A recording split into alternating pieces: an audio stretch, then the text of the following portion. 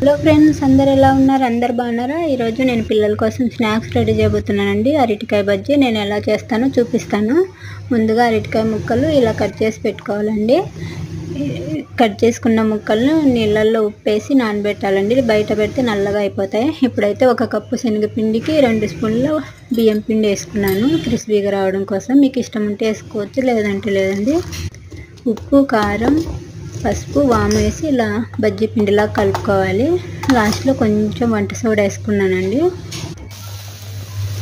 ఇలా golden colour వచ్చే వరకు ఫ్రై చేసుకోవాలి. మా ఛానల్ ఎవరైనా చూస్తున్నట్లయితే సబ్స్క్రైబ్ చేసుకోండి, లైక్ చేయండి, కామెంట్ చేయండి. చూసారా, చాలా బాగున్నాయండి. మీరు కూడా ఒకసారి ట్రై చేయండి. Bye friends.